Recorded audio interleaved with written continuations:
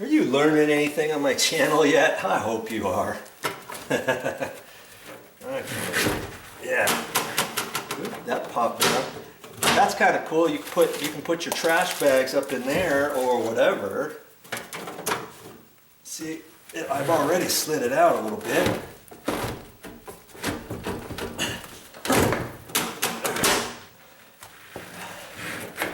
Maybe I should make it this flush with the face frame like that, and then see, I could attach a screw or something and kind of slide that over, because right now this side's tight up against the edge. This side has about a 3/16 gap.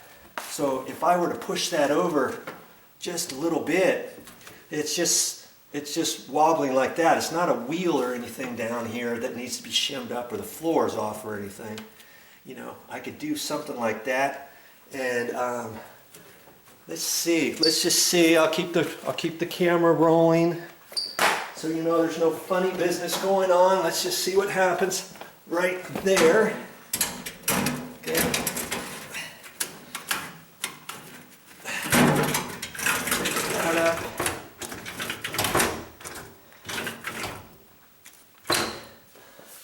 And I think that's how it's really supposed to be, is this kind of flush and not sticking way out like I was initially saying. But see, because it's all floppy like that, and because I was in there, can you see why the drawer kept hitting all the time, right?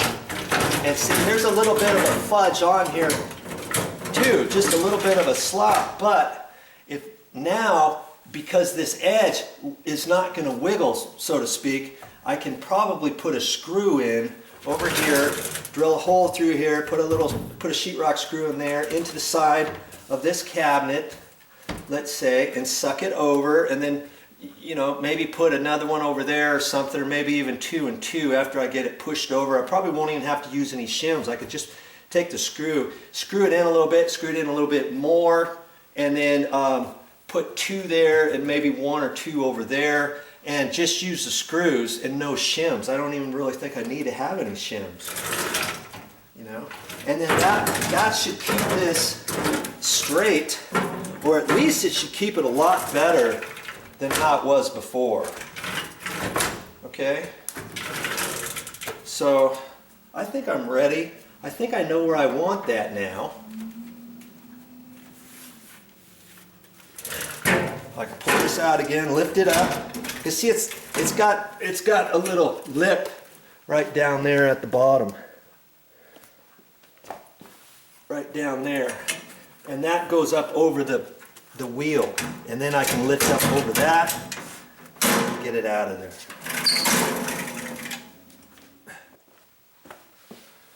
Okay, so now that that's out of the way, I was hoping there might be some little screw holes in here that I could use, but there's not. Of course there's not. It wouldn't be that easy for Joe, would it? Yeah, that's just never the case. This thing looks like it needs to be pushed there. It's a little loose on that. I don't know if I can fix that. So if I push that up tight, then I know that's flush, because this side's flush already, see?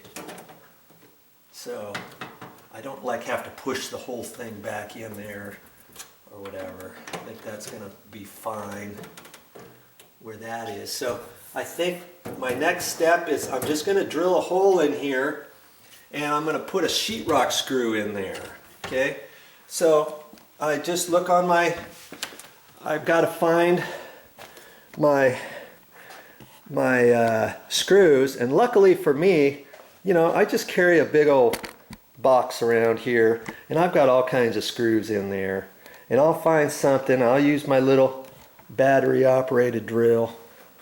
I've got it all charged, ready to go, so I can drill those holes. Now here's something to realize. Hey Joe, how long of screws are you going to use for that anyways? Well, generally a side cabinet is no more than a 1/2 inch to 5/8 or 3/4 of an inch long or thick. Now I've got 3 different screws here I dug up. Obviously that one's probably way too short. I've got a longer one and a medium-sized length one. These are just sheetrock screws. These happen to be gold. Okay, but here's my thinking here when I get ready to do this. After I drill the hole, first off, I'm just going to get a drill bit that's just a hair bigger than this, okay? And it'll work for all three of them. Okay, but here's what you want to do. When you're attaching something to like a cabinet like this, it's not very thick. This could even be 3/8 material in there. It's very thin. And you might think, well, shoot, if I use a screw, I don't want the screw to come out on the other side by 1/8 of an inch. But then yet, if I put the screw in there, that means I have to be exactly perfect. And the tip of the screw there's really no holding power on the very tip of the screw. So, you know, for a little piece of 3/8 or 1/2 inch, you're only going to get maybe a 1/4 inch of your screw holding it. And the last 1/4 inch of your screw, you might only have 2 little thread marks on there or so. And it's not going to be very much. And your thought is, well, if I go out any further, I'm going to have the point sticking out. You know, maybe 1/8 to a 1/4 inch over here. And if somebody's reaching down here for something, they could hit their knuckles on it or their fingers on it or whatever. Okay, so what I usually do is I'll take something that I know is going to go way further than that, maybe a 1/2 inch beyond there, even 3/4 of an inch beyond. Okay, then I can grab it with a pair of pliers and I can snap it off, or I can hit it with a hammer, depending where it is or something. I've hit them with a hammer before and just broken them right off. And then you've got the threads all the way through there. You don't have to measure this exactly or anything like that. So, you know, that's probably what I'm going to do, is use this long screw and drive it in there and snap it off.